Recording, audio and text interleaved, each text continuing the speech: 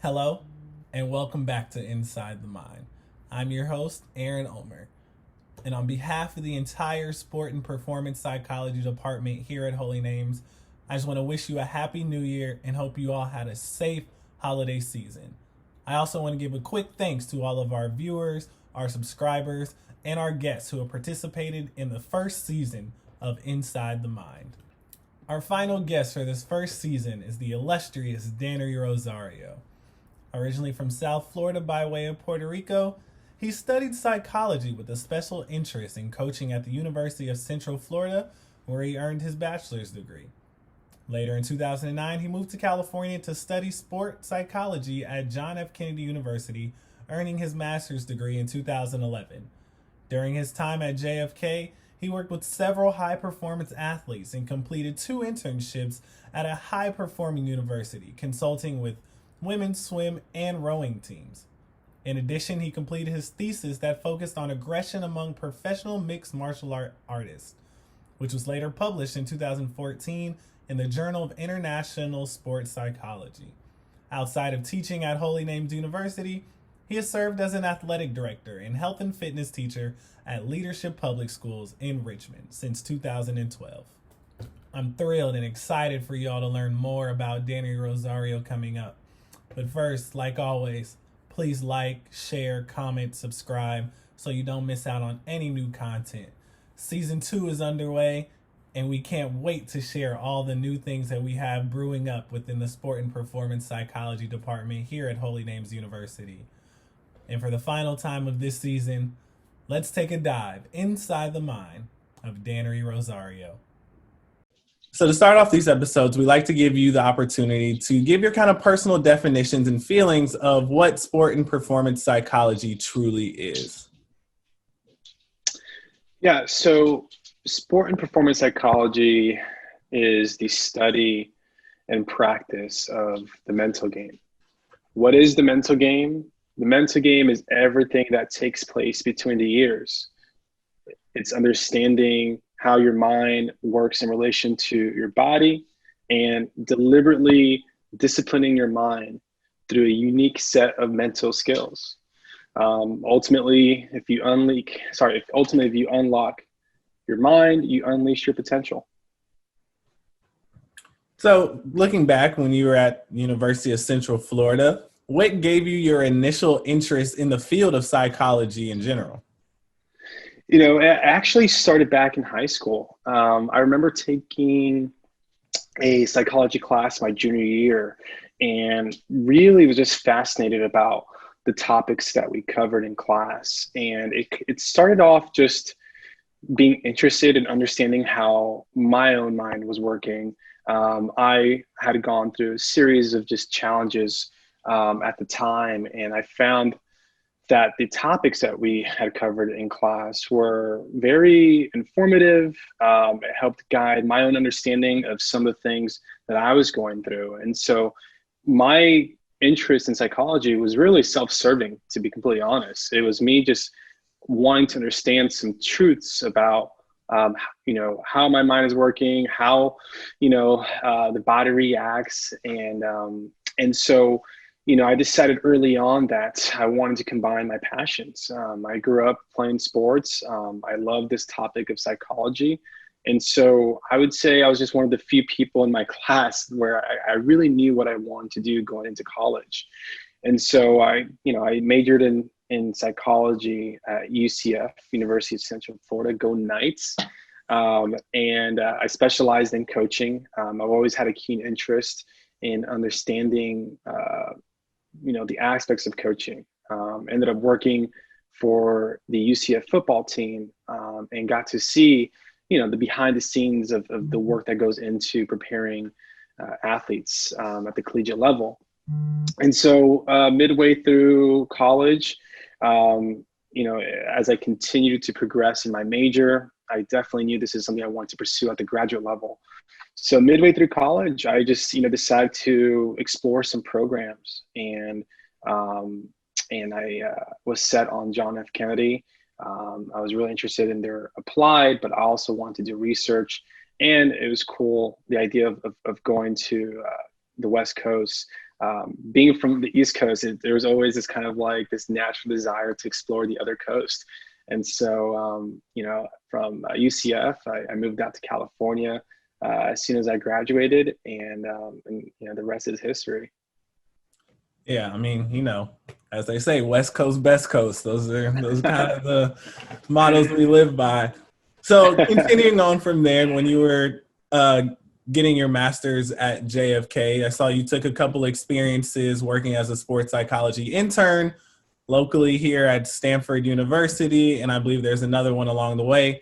Can you tell us kind of what those experiences are like as a sports psychology intern? Yeah, definitely. So, as I mentioned, when I was working with the UCF football team, I there was an appreciation for what went into collegiate sports.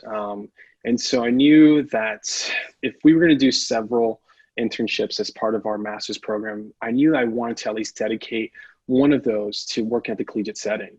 And so, the first couple internships early on were in an effort to get my feet wet, to get some experiences. We did some work with the youth over at Orrin Allen in Brentwood.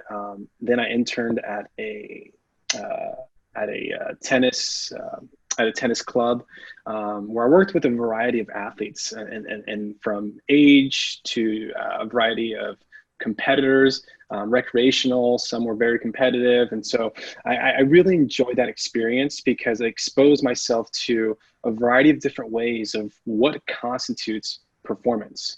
And performance is really lies in the person, how they define their success, the expectations they set, it really becomes their reality. So for someone who's competing at the highest level or for someone who's doing things recreationally, that reality is very real to them. And so that's something I learned really early on. And so when I got to interning at Stanford, first, I just want to mention, and this is possibly just could be advice for anyone who's looking for internships. I started doing cold emails and cold calls and probably sent out a dozen lines of communication and got rejected with every single one of them except for the last one. And that's with the women's swim team at Stanford. And all it takes is just one to say yes, one to be open to the idea of you working with the team. And so when I got there to the campus, it was breathtaking. You're in an environment where you have some of the top athletes, not just in the country, but the top athletes in the world, right? They produce so many Olympians. And so being in that setting, I got to really understand what it takes to perform at a high level, not just athletically, but academically. Stanford has won, I believe they have the most national championships out of any collegiate program. Then you look at their academics. So this idea of gold mine and gold body started to really resonate with me.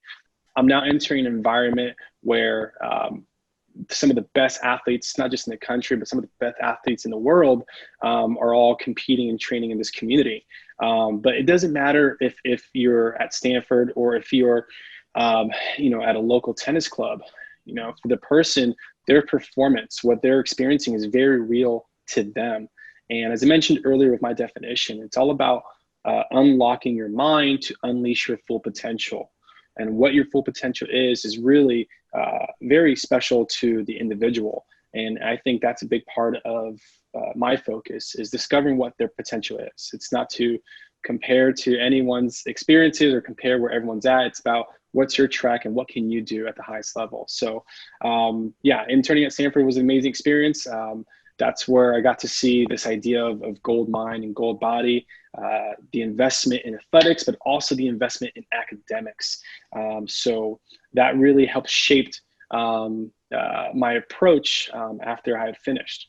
So great experience. And one thing I want to mention too, and this could be advice for anyone looking for internships, is you never make the shot you don't take. I reached out to a dozen different schools in the area, all just cold emails, cold calls, a lot of rejection. All it takes is just one one to land, one to stick, for the doors to open up for you. So for any students who are looking for opportunities, knock on doors, take some shots, because that's how opportunities are really going to come about. August 2012, you became the athletic director of Leadership Public Schools. Can you explain what and where Leadership Public Schools is and what your involvement as athletic director looked like? Absolutely. So Leadership Public Schools came shortly after I finished grad school. To give you some backstory, back in 2011, I had finished grad school and I was really just kind of exploring the various possible directions I could go in my career. One of the opportunities came about was to create this after school program where it was dedicated to health and wellness. And Leadership Public Schools is located in Richmond, California. For those who are not familiar with Richmond, California, Richmond is it's a very challenging community. It's very tough to grow up there. They have a unique set of challenges. It's one of the areas that there's just a high violence rate. There's just a lot of economical challenges and hardships that the community has faced over the years. But that actually drew me to the opportunity. There was something about the community that when I drove into Richmond, when I saw the sign, the city of pride and purpose, that resonated with me because there is a lot of misconceptions about what the community is and who the people are. And when I went into that community and I got to meet the students, when I got to meet some of the folks, it really made an impression on me. And so I decided there was a really good opportunity here to use the skills that I had learned in grad school and through the internships. Remember, my first internship was working with youth at Orrin Allen, which is a rehabilitation center at risk. And I realized from that experience that I can do similar work. I can have a similar impact in the community that felt like was in need of this type of service and this type of knowledge and guidance, honestly. So when I got there, it wasn't to be the AD initially. It was actually just focusing on this health and wellness course. Then that led to me leading what was called a young men's collective group, mentoring the upperclassmen at the school who were struggling. And then, next thing you know, they're asking me to, if I was interested in leading the athletic program. And yes, that, sports is my life, so that drew me. But when I got there, their athletic program was struggling to have an identity. I remember the first basketball game I went to and a fight broke out in the game, not between the opponents, but between the teammates on Leadership Public Schools. And I saw okay, there is some dysfunction here, but there's also some potential. And so we started off with 5 programs and none of the kids were showing up to practice. So when I got there as the AD in August 2012, I had my work cut out for me. But I had a vision and I saw potential in there. So that experience for the past 9 years was incredible. I was able to build a program from 5 to 17 teams. We have a couple students, a couple of my alumni get D1 scholarships. We have several alumni playing at the community college level and D2. But to be honest with you, that is just a small percentage of our students, as it is the case with many schools. The real impact is the community that we built. My approach was, if the students are with me, right, then they're not on the streets. And so if they're under my guidance, I felt like they were just in better hands with the adults and the coaches that I recruited. So it was an incredible experience, honestly. And I, spent most of my time there working with the coaches, working with the students, using the skills of sports psychology to build a culture, to build a climate that allow the students to thrive, to excel way beyond the scoreboard, right? The scoreboard was just something for us to enjoy and compete at. The real scoreboard was, let's make something of your lives. Let's find a way for you to contribute to society in a meaningful way and to guide them. And so I found myself just applying a lot of my knowledge and experiences and Eventually, I even brought on interns to work with my teams. So over the years, I've had several sports psychology interns intern at the school. And so, it was an incredible time, I just stepped away from that position a couple of months ago to do something similar, but on a bigger scale, overseeing 17 schools and their athletic programs. I mean, I would love to hear more about that continuing on, like you just saying, moving on from the athletic director to that bigger spotlight kind of. So what does that look like? What does that new role that you're in look like in comparison to what it looked like over at Leadership Public Schools? Yeah. So I was first brought on so the organization is the Bay Area Charter Schools Athletic Conference. I was initially brought on this past spring to guide professional development, to essentially support coaches and ADs, because we had much success at my school site, and I felt that I could help schools replicate that success, but also giving schools the opportunity to, there's a lot of schools doing a lot of great things, and I was eager to learn how they're doing things. But there's also some schools that were struggling to get their program going. But again, there's so much potential at all of our school sites. They're all led by amazing ADs. So now it's an opportunity to share my experiences, share my knowledge with all the other ADs, with all the other coaches, and to continue to build the conference, because now we have 17 schools, and most of our schools are in areas that are underserved. Our schools are, we have several schools in Richmond, Oakland, and a couple of schools in Hayward. So I'm hoping that the impact I had at Richmond, that I'll have a similar impact with these other schools. So I take the position humbly. The work is cut out, especially during these times right now, where we're struggling to get sports back because of the pandemic. But I'm eager, once things get resolved with the pandemic and we can get back onto the field, I'm really eager to see our students succeed on the field, but more importantly, see them succeed in the classroom, and really excited to see where they go once they graduate. So if I could be of any resource to the students in the league, that's what I'm here to do. If there's any way I can influence them and guide them, that's all I really want to do. So, love what you're doing. It sounds like you're doing a fantastic job in growing this to the next level. With that being said, at the same time, you're a college professor. So what inspired you to move down this path of also being a college professor?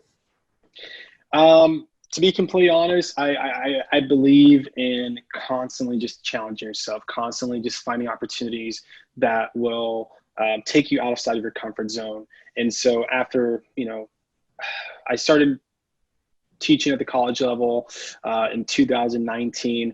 At that point, I had served as the AD for 7 to 8 years. And I was like, okay, like, what's my next challenge? What is something that I've always been interested that I want to take on? And so I realized there was an opportunity in my schedule and just kind of like, how just understanding what my bandwidth is. I realized there was an opportunity to dabble with the college scene. And I was like, all right, let me just take a class and see how it goes. And then I fell in love with it. I got hooked. I love working with this population, with graduate students who remind me of what it was like when I first got to grad school, and just that fire and that hunger that thirst for knowledge and to succeed. And so, I started teaching at John F. Kennedy University, taught 3 classes there from 2019 to the end of the May of 2020, so their spring semester. So one thing led to another. Dr. PR was announced as the director of the Applied Sport and Performance Psychology program here at Holy Names, and she was one of the people. She's one of my mentors, one of the people that influenced me. So it was just a natural fit for us to work together. And so now here we are, building what I think is going to be one of the best programs in the country. And I say that because I know the level of commitment from the faculty. I know the level of experience and passion that we have, and the vision. I've always, much of my success at LPS Richmond, a lot of it was contributed to the environment that I was in. I can't say that I did all by myself. I had a leader, the principal who entrusted me with this opportunity, supported my vision. And when I saw an opportunity to work with Dr. PR and the leadership that she brings, that attracted me. And also getting to meet the students, including yourself. The students were just on fire. They're, the first semester, we just finished the first semester, and I've been really impressed with the cohort. And so I'm just, I got into it. I'm hooked. I want to, continue to help build the program, and let's see where it goes. Hey, most definitely. I mean, I can say I'm just as excited to be here. Can't wait to see how this thing grows, especially like you said, being that first cohort and just seeing how it changes from now till 5 years, 10 years down the line, looking back on it like, wow, I was part of that initial cohort. That's awesome. So with your jobs now as college professor and running the charter school program kind of in that direction, so, well, not specifically just in that direction. So kind of those are newer experience. You just be getting those experience. So I don't want you to look too far ahead, but what does the future look like? Are there any major goals or milestones that you wish to achieve before it's all said and done? Absolutely. So definitely my focus is, first and foremost with the two things that you just mentioned, the Charter League and HNU. But there's also some goals that are on the horizon for myself. And one of those is to get my CMPC in 2021. My things are lined up for me to accomplish this goal in the next few months. For a while, I'll admit, when I started doing my athletic director job, that pulled me in a direction where I was really focused on that project. And at the time, I just, for me to dive into getting my CMPC and all the work that goes into that, I was just so absorbed and enriched in that. And now as I start to get more involved in the university setting, I think the CMPC is extremely important. And so I need to be an example to my students. And so that's on the horizon for me in 2021. And then, we'll see a few years down the road if build some legs to a consulting business to do work with athletes and to do work with, honestly, like I said, it's not just athletes, it's about performers and individuals who are looking to find their full potential, people who are looking to discipline their mind and unlock that. So, but again, I'm really excited about what we're doing at HNU here. And, I just can't emphasize that enough. Definitely. So to wrap up, I just want to ask you, is there any advice that you have for any future practitioners or for simply anyone coming up in college who's interested in this field? Absolutely. So, there's much I can say, and I'll try to be as concise as possible. I believe in doing honest work, putting in the work, right? Not being afraid to challenge yourselves. I believe in becoming comfortable with the uncomfortable, but sometimes we have to seek that. It'll come to us in life, but we have to find ways to challenge ourselves constantly. There's so much to learn, so much to know. So for any students out there, have an open mind, follow your heart, and put in the work.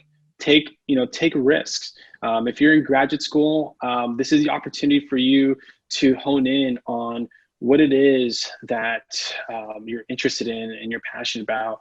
And this is the time to practice. We're always practicing in a sense, but just like athletes practice frequently, that's a time to take a risk, and experience failure.